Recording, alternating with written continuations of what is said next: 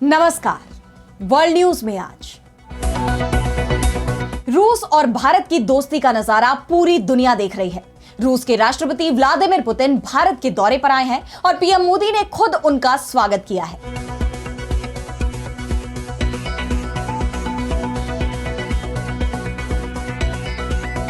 Putin का यह दौरा ऐसे वक्त में हो रहा है जब पश्चिमी देशों की तरफ से पूरी कोशिश की गई भारत और रूस की दोस्ती तोड़ने की। अमेरिका ने भारत पर रूस से व्यापार खत्म करने का दबाव बनाया, जिसके चलते अमेरिका और भारत के रिश्तों में कड़वाहट आ गई।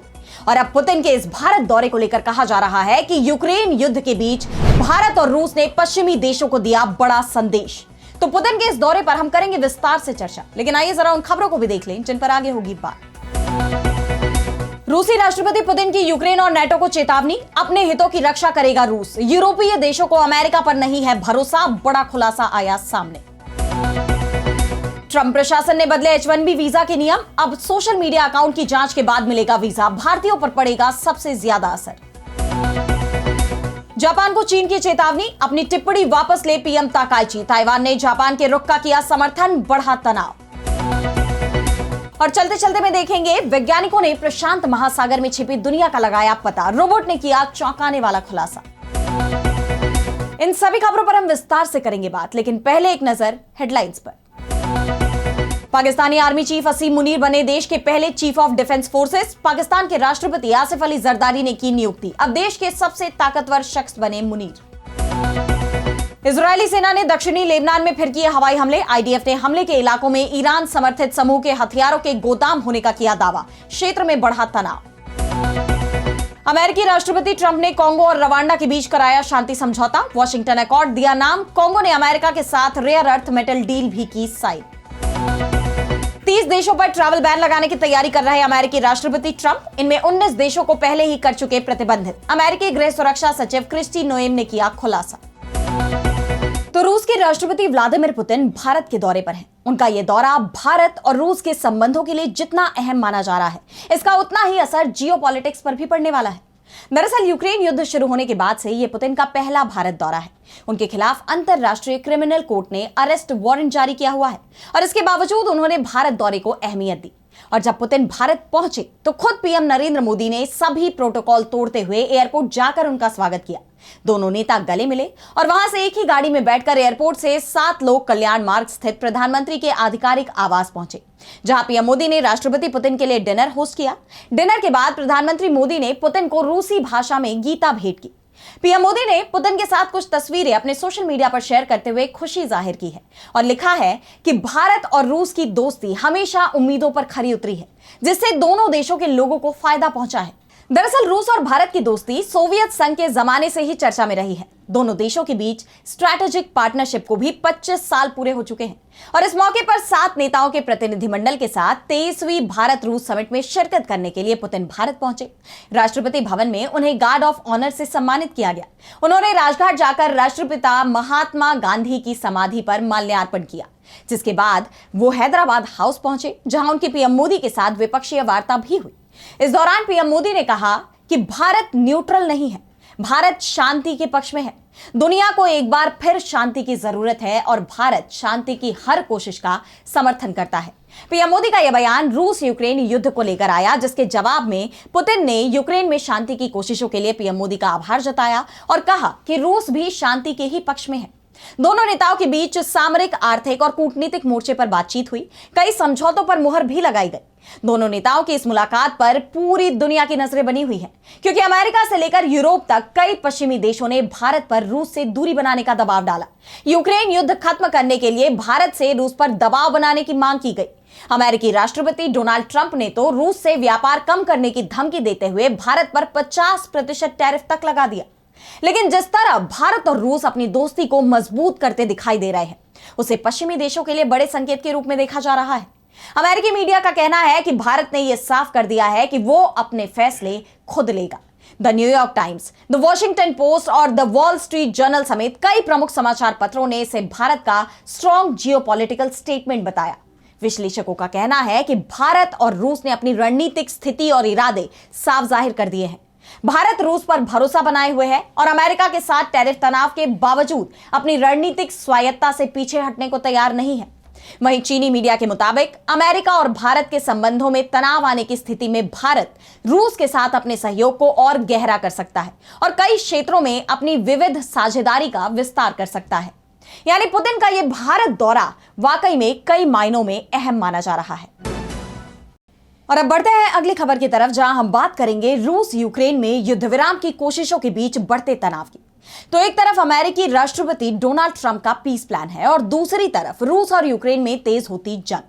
बीती रात यूक्रेन के सीमावर्ती शहर खेरसोन और यूक्रेन के सबसे बड़े बंदरगाह ओडेसा पर रूसी हमलों के बाद दक्षिणी यूक्रेन में हजारों लोग बिजली और हीटिंग के बिना रहने को मजबूर हो गए। वहीं यूक्रेनी सेना का भी दावा है कि उनके सैनिकों ने दक्षिणी रूस के स्तावरोपोल क्षेत्र में एक बड़े रासायनिक संयंत्र पर हमला किया, जिससे आग लग गई। दोनों सेनाओं की तरफ से जारी इन हमलों के बीच रूस के राष्ट्रपति व्लादिमीर पुतिन ने यूक्रेन को बड़ी चेतावनी भी दी है। उन्होंने कहा कि पूर्वी दनबास इलाके से अगर यूक्रेन अपनी सेना को बाहर नहीं निकालता है तो रूस उस पर जबरन कब्जा कर लेगा। या तो हम इलाकों को जबरन आजाद करा ले या यूक्रेनी सेना इन इलाकों को खुद ही छोड़ दे। गौरतलब है कि यूक्रेन के दनबास क्षेत्र के लगभग 80% हिस्से पर रूस पहले ही कब्जा कर चुका है और रूसी राष्ट्रपति यही नहीं रुके। उन्होंने यूक्रेन में युद्ध खत्म करने के तरीके पर किसी भी तरह के समझौते से इनकार कर दिया है। यानी युद्ध विराम होगा तो रूस की ही शर्तों पर होगा। फिर ट्रंप के पीस प्लान में यूक्रेन चाहे कितने भी बदलाव करवा ले। पुतिन ने पश्चिमी देशों को यूक्रेन को लड़ाई की ओर धकेलने के लिए दोषी भी ठहराया है। उन्होंने नेटो को रूस के लिए खतरा बताते हुए यह साफ कर दिया कि रूस हमेशा अपने हितों की रक्षा करता रहेगा। यानी अगर जरूरत पड़ी तो वो नेटो के साथ भी जंग के लिए तैयार है। पुतिन की चेतावनियों के बीच यूक्रेन को एक और बड़ा झटका लगता हुआ दिखाई दे रहा है। फ्रांस के राष्ट्रपति इमैनुअल मैक्रों ने चेतावनी दी है कि अमेरिका यूक्रेन को धोखा दे सकता है। जर्मन अखबार डेर स्पीगल के मुताबिक 1 दिसंबर को यूरोपीय नेताओं की एक सीक्रेट वीडियो कॉल लीक हो गई, जिसमें जर्मनी के चांसलर फ्रेडरिक मर्ज, फ्रांस के राष्ट्रपति इमैनुअल मैक्रो, फिनलैंड के राष्ट्रपति अलेक्जेंडर स्टब, नेटो के महासचिव मार्क रूटे, पोलैंड के प्रधानमंत्री डोनाल्ड टस्क, इटली की प्रधानमंत्री जॉर्जिया मेलोनी और यूक्रेन के राष्ट्रपति वोलोदिमीर ज़ेलेंस्की शामिल थे। अखबार के मुताबिक नेताओं ने साफ कहा कि उन्हें अमेरिकी राष्ट्रपति डोनाल्ड ट्रंप के 2 खास लोगों, अमेरिकी राजदूत स्टीव विटकॉफ और ट्रंप के दामाद जेरेड कुशनर पर जरा भी भरोसा नहीं है। मैक्रो ने इस बात पर शक जताया कि अमेरिका बिना मजबूत सुरक्षा की गारंटी दिए यूक्रेन को क्षेत्र छोड़ने के लिए मजबूर कर सकता है। वहीं जर्मनी के चांसलर मर्ज ने यूक्रेनी राष्ट्रपति को चेताते हुए कहा कि आने वाले दिनों में बहुत सावधान रहिए, आपके साथ और हमारे साथ खेल खेला जा रहा है। इस लीक कॉल के कंटेंट ने यूरोप के नेताओं में ट्रंप को लेकर असुरक्षा और अविश्वास की भावना की पोल खोल दी है, जिसके बाद ट्रंप के शांति प्रस्ताव पर क्या सहमति बन पाएगी, इस पर गंभीर सवाल खड़े हो गए हैं।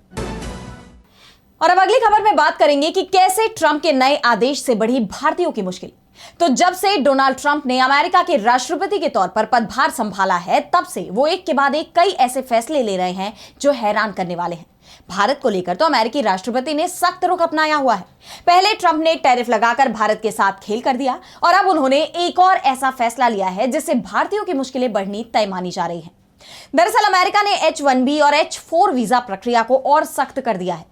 15 दिसंबर से सभी आवेदकों को सोशल मीडिया स्क्रीनिंग से गुजरना होगा। यह जानकारी अमेरिकी विदेश विभाग की तरफ से दी गई है, जिसके मुताबिक अब वीजा इंटरव्यू से पहले H-1B वर्कर्स और उनके परिवार यानी H-4 डिपेंडेंट्स को अपने सोशल मीडिया अकाउंट पब्लिक करने होंगे, ताकि अमेरिकी अधिकारी उनकी ऑनलाइन गतिविधियों की जांच कर सके। यानी इस आदेश से यह साफ हो गया है कि अब अमेरिकी अधिकारी आवेदक की प्रोफाइल, सोशल मीडिया पोस्ट और लाइक्स को देखेंगे।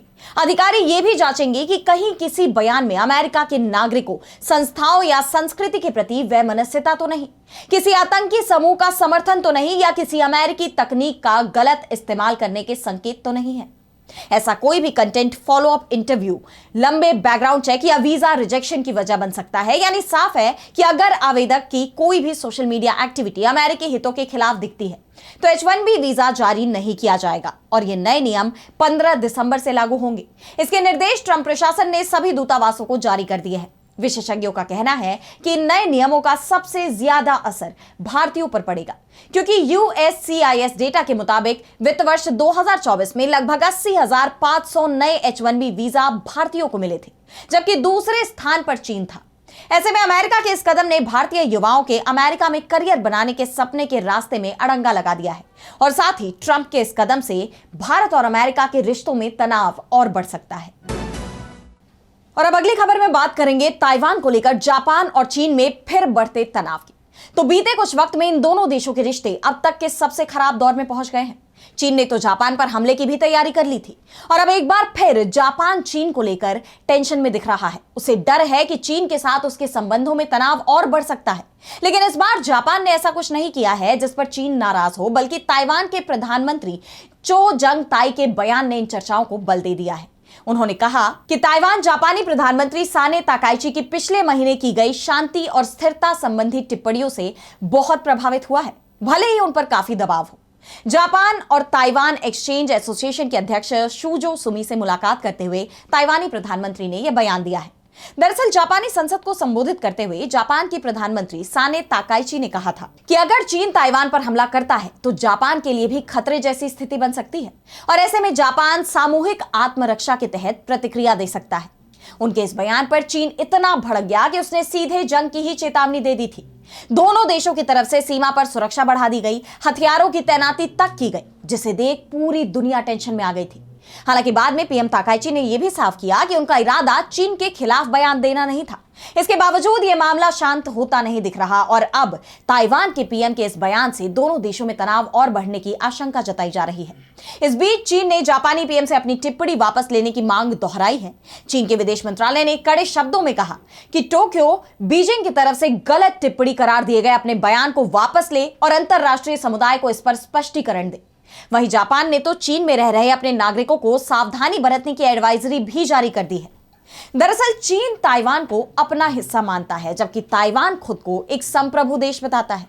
ऐसे में इस क्षेत्र में पहले से ही हालात तनावपूर्ण रहे हैं और अब इस विवाद में जापान की एंट्री ने इस तनाव को और बढ़ा दिया है। और अब चलते चलते मैं बात करेंगे एक ऐसे नजारे की जो प्रकृति के नियमों को चुनौती दे रहा है। जी हां, दरअसल पैसिफिक ओशन की गहराइयों में वैज्ञानिकों को कुछ ऐसा मिला है जिसने ना सिर्फ उन्हें हैरान कर दिया, बल्कि प्रकृति के उन नियमों को भी चुनौती दे दी है जिससे हम सभी वाकिफ हैं। वही पैसिफिक ओशन जिसकी गहराइयों में सूरज की रोशनी तक नहीं पहुंचती। वहां पापुआ न्यू गिनी के पास इस खोज को अंजाम दिया गया। आइए समझते हैं कि यह पूरी खोज क्या है। दरअसल जर्मनी के वैज्ञानिकों ने आरवी सोने नाम के जहाज से अपने कील 6000 नाम के रोबोट को ओशन में 1300 मीटर नीचे भेजा है और वहां जो दिखाई दिया वो किसी ने सोचा भी नहीं था। यहां उन्हें एक ऐसी जगह मिली जिसका नाम रखा गया करम्बू सेल। अब यहां क्या मिला है, आइए जानते हैं। यहां की दरारों से 51 डिग्री सेल्सियस के तापमान का गर्म पानी बाहर निकलता है, तो वहीं इससे कुछ ही सेंटीमीटर की दूरी पर ठंडी मीथेन गैस वाली हवा समुद्र तल से रिसाव करती है, जिसका तापमान 3 से 20 डिग्री के बीच होता है। यानी एक जगह गर्म पानी और दूसरी तरफ ठंडी गैस। इस गैस में 80% से भी ज्यादा मीथेन है, जो इसे दुनिया में सबसे ज्यादा मीथेन वाली समुद्री जगह बनाती है। आमतौर पर ऐसी गर्म जगहों पर चिमनी जैसी संरचनाएं बनती हैं, पर करम्बू सेल में ऐसा नहीं है। यहां गर्म पानी सीधे ज्वालामुखी की चट्टानों की दरारों से फूटता है। यह खोज बताती है कि हमारे महासागरों में, हमारी दुनिया में अभी भी कितने राज दफन हैं। करम्बू सेल का यह नजारा एक ऐसी जियोलॉजिकल घटना है जो हमें हमारी दुनिया के छिपे हुए कोनों के बारे में बहुत कुछ सिखा सकता है। यह बताता है कि भले ही हम प्रकृति के बारे में कितना भी मालूम होने का दावा कर ले, इसके बावजूद इस घटना से पता चलता है कि अभी भी हमें कितना कुछ मालूम करना बाकी है। फिलहाल आज इस वर्ल्ड न्यूज में इतना ही। देश दुनिया की तमाम बड़ी खबरों के लिए आप देखते रहिए डीबी लाइव और मुझे दीजिए इजाजत। नमस्कार।